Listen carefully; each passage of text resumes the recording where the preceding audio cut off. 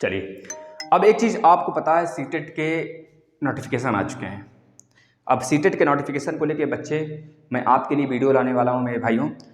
31 तक, 31 के बाद मैं क्लास स्टार्ट करूँगा, समझ रहे हो ना। बहुत ही अच्छे तरीके से महामैराथन के रूप में क्लासेस सारे स्टार्ट कर दूंगा 31 के बाद। लेकिन 31 तक मैं ज़्यादातर यह सोचूंगा कि जब तक आप फॉर्म नहीं फिलअप किए हैं, जब तक रजिस्ट्रेशन नहीं किए हैं आप, तब तक मैं आपको ऐसा वीडियो देता रहूं जिसमें आपका डाउट क्लियर होता रहे, जहाँ पे आप गलती करने वाले। क्योंकि आपको पता है कि जो सीटेट है वो लगभग 30% 35% ही रिजल्ट देता है।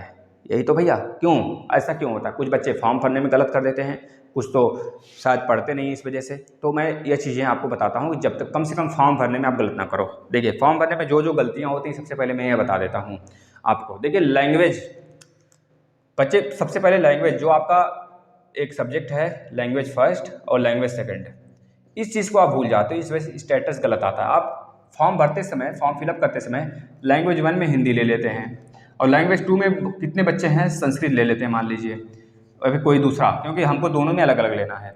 तो लैंग्वेज 1 में जो आप हिंदी लिए हो ना, आप भूल जाते हो कि लैंग्वेज 1 में लिए कि लैंग्वेज 2 में लिए हैं। अब पेपर जब आप सॉल्व करते हो तो लैंग्वेज 2 में टिक कर देते हो हिंदी पे और लैंग्वेज 1 में टिक कर देते हो संस्कृत पे। तो ये चीज़ें आप वहाँ पर गलत कर देते हो, स्टेटस गलत दिखाता है, आपका रिजल्ट शो नहीं होता है। ये सबसे बड़ी गलती है आपकी, ठीक है, ये चीज़ें। और दूसरी तरफ और क्या गलती आती है फॉर्म फिल करने में? देखिए, दिमाग से, मतलब ध्यान से हमारी बातों को सुनिएगा। आप ध्यान से अपने से फॉर्म भरिएगा। पहली बात है, अपने से फॉर्म भरिएगा, दूसरों से मत भरवाइएगा। साइबर पे भर रहे हैं तो अपने से भरिएगा, ठीक है ना। आपका सिग्नेचर ही गलत हो जाएगा, सिग्नेचर ही गलत कर देते हो, पापा के नाम में गलत कर देते हो, पापा के नाम में गलत कर देते हो, मम्मी के नाम में गलत कर देते हो। जो भी फॉर्म आप फिल करेंगे उसका बहुत ही केयरफुली, बहुत ही ध्यान से 2 दिन में फिल करना है, लेकिन हमको आराम से। ये सारी चीज़ें, मेरी जो डाटा है वह गलती नहीं होना है, नहीं तो फिर उसको संशोधन तो नहीं होता है। सीटेट आपको दोबारा ही भरना पड़ेगा, यूपी टेट नहीं है कि संशोधन करा लोगे आप, सीटेट आपको दोबारा ही भरना पड़ेगा, नहीं तो फिर फाइनल सिलेक्शन में छट जाएंगे आप, जब मैच नहीं करेगा आपके डॉक्यूमेंट से। तो ये चीज़ें दिमाग में रखना है। सीटेट जल्दी, मतलब सीटेट नहीं संशोधन होगा भाई, आप इसका समझ लीजिए ये चीज़ें। सीटेट के लिए आप कहाँ जाओगे? देखिए, यूपी टेट के लिए आप चेंज करा सकते हो अपने प्रयागराज में जाके, है, समझ रहे हैं ना इस चीज़ को।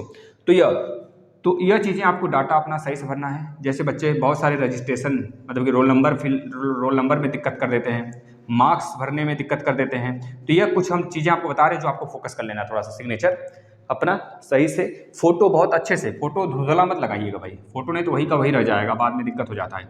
आधार नंबर ही दीजिएगा, लेकिन अच्छे से। जिनके पास आधार नंबर नहीं है, जिनको लग रहा है मेरे आधार नंबर पे मेरा नाम सही नहीं है, मेरे हाई स्कूल पे नाम सही है, तो हाई स्कूल के अनुसार ही आप पूरा फॉर्म भरिएगा पहले।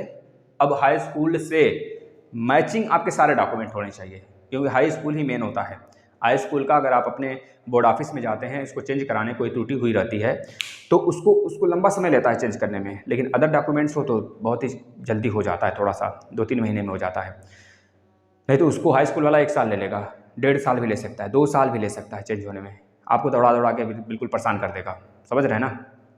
जितना दूध पिए रहेंगे 3-4 साल में, सब एक ही बार में और निकालता चला जाता है बेटा। तो थोड़े से दिमाग से और कंसंट्रेशन बना के हमको फॉर्म फिल करने हैं। हमारे जो हाई स्कूल में है उसके अनुसार सारे डॉक्यूमेंट्स हमारे होने चाहिए, और वही सारे नेम जो हाई स्कूल पे नेम है वही सीटेट के भी फॉर्म पे नेम होने चाहिए, पूरा का पूरा। उसके बाद जो भी डाटा आपसे मांगे, बीएससी का मांग रहा है, बीटेक का मांग रहा है, जो भी ग्रेजुएशन में आप जो भी किए हों, उसके बाद आपसे अगर इंटर का मांग रहा है, आपसे अगर डीएलएड या बीएड का मांग रहा है तो वो डाटा आप दो। और उसके बाद आधार कार्ड में भी नाम वगैरह आपके हाई स्कूल से ही मैच होने चाहिए, पापा का, मम्मी का, अपना। क्योंकि अब थोड़े से चेकिंग वगैरह जो है ना बढ़ गए हैं बहुत ज़्यादा। अब तो यह ऑनलाइन प्रोसेस हो गया है, तो एक बार गलती करोगे तो आपको, अगर गलती हो गया तो फिर से आपको करेक्शन कराने में बहुत बड़ी दिक्कत आती है भाई, समझ रहे हो ना। करेक्शन तो नहीं होगा, जब पेपर हो गया तो फिर करेक्शन कैसा? सीटेट में ऐसा कुछ नहीं है, सीटेट में आपको दोबारा ही पेपर देना पड़ेगा। फिर यह चीज़ें दिमाग में रखकर चलना है। तो मैंने जो बताया आपको, जिस वजह से बच्चों का स्टेटस नहीं दिखाता, यह कुछ टॉपिक थे जहाँ पर बच्चे गलत करते हैं। और फी पेमेंट वगैरह तो कर ही सकते हैं आराम से, उसमें नहीं दिक्कत होता है। फी कटा तो मतलब कि फॉर्म सबमिट, नहीं कटा तो फॉर्म नहीं सबमिट, ये चीज़ें। और यह थोड़ा सा दिमाग में रखना है भाई, डाटा अपना सही से फिल करना है, रजिस्ट्रेशन, रोल नंबर, ये सब सारी चीज़ें, ठीक है। चलिए, धन्यवाद। अगर कोई भी परेशानी हो, फॉर्म को भरने में कोई भी दिक्कत आ रहा है, मतलब कोई भी चीज़ पूछना चाहते हैं, क्वेरी है, तो नीचे कमेंट में कमेंट जरूर करिएगा, उस पर मैं वीडियो जरूर निश्चित रूप से बनाऊंगा, क्योंकि मैं तब तक, जब तक रजिस्ट्रेशन फॉर्म ओपन नहीं हो जाता है, भरा जाना नहीं स्टार्ट हो जाता है, तब तक मैं बहुत सारी वीडियो लेके आने वाला हूँ सीटेट पे। सीटेट के बेस पर क्या क्या गलतियाँ होंगी, क्या क्या हमको सुधार करने हैं, क्या पढ़ने हैं, बहुत सारी चीज़ें जिससे आप परेशान ना हो। जैसे रजिस्ट्रेशन करें उसके बाद सीधा तब से लग जाएं पढ़ने में, 2 महीने 1.5 महीने जो आपके पास है। धन्यवाद।